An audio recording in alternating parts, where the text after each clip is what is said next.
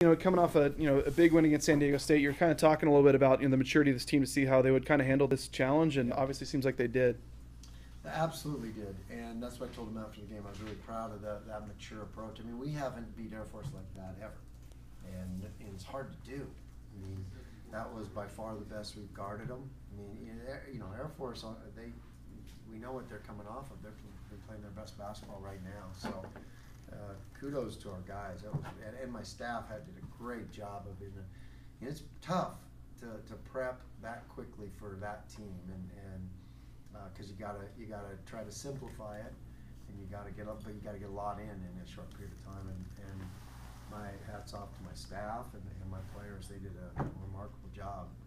Defensively, I mean, and last down there at their place, there was times where they were shooting really well, but I think in the first half tonight they were less than 30%. What was maybe a little bit different, or would you guys do better? Yeah, we've just been trying to polish it and what we did, and I think we made a few adjustments and we did a few things differently, and our guys just did a better job of it too. Because what it takes is so much concentration on not just every possession, but every second of every possession. And if you mess up, they make you look stupid.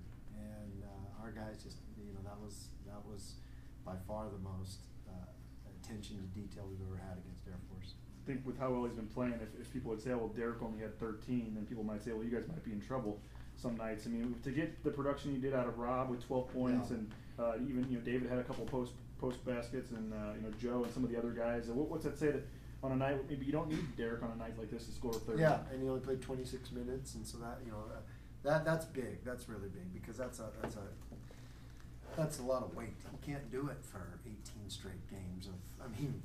You had 13 points, and so it wasn't like he was a no-show. Yeah. But you can't. You don't want him to have to get 30 every night in league. Otherwise, we're not a good enough team. We're just Derek Marks. And, I think we're starting to look like a good enough team. And with the letdown possibilities and stuff, and then you're without 2 key guards tonight. I guess with that added in, does that make it even more impressive? Oh, absolutely. And then when James tweaked his shoulder, I was, oh boy, that was a nerve-wracking moment. But I think he's going to be fine. I mean, you were running out of players on the bench there for a little while. Yeah, we were. It was. We got Dez hurt also, and Jake's hurt, and guys that were the next man up. So it's like I said, kudos and really proud of our guys, the way they approach this game and the way they play. James, kind of went a little bit Ryan Watkins there. I think 17 and 15, and in a low possession, 17 and 15 in a low possession game. I mean, that's pretty impressive. And just going up and getting them at a high athletic level. And some of them, boy, he went up and snatched them. So yeah, he's just rebounding at a high level right now and playing at a high level. I know you said the other day you wouldn't have believed him. Somebody had told you coming home from Wyoming that the streak you'd be on. But how do you explain 0-3 to 8-3? How do you explain? Well, part of it was scheduled too. Part of it was Derek was hurt. He was hurt pretty bad. You can make the case I probably shouldn't have played him at Colorado State. He just with Derek, he always wants to play and pushes for it, and so you're playing at Colorado State, they're undefeated, and then you played at Wyoming, they were playing. So those two, that's a pretty easy explanation. And Utah State, they keep every game close, and they're in every game, it seems like. So those are tough ones too. So every game in this league's tough, but to be able to rattle off 8 in a row in the Mountain West that's pretty special.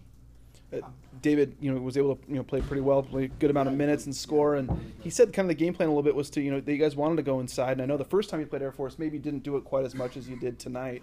What was the change in that? It seemed to work pretty well. Yeah, well, David's he's going to be a really, really good player, and he showed some of that tonight. And that's what we've been working for. We're developing Chandler, we're developing David, and I think each one of them is getting better and better.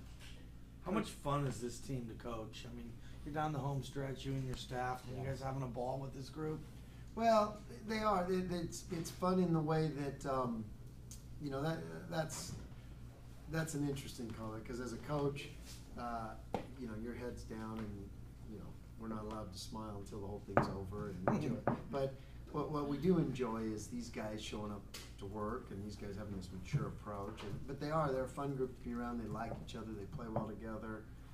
So it is fun, and it's fun to see these seniors having good senior years, and these freshmen getting better. So as a coach, those things are probably what I get the most joy out of, and then when you're winning these games, I mean, it's a lot of fun to win these kind of games in the Mountain West.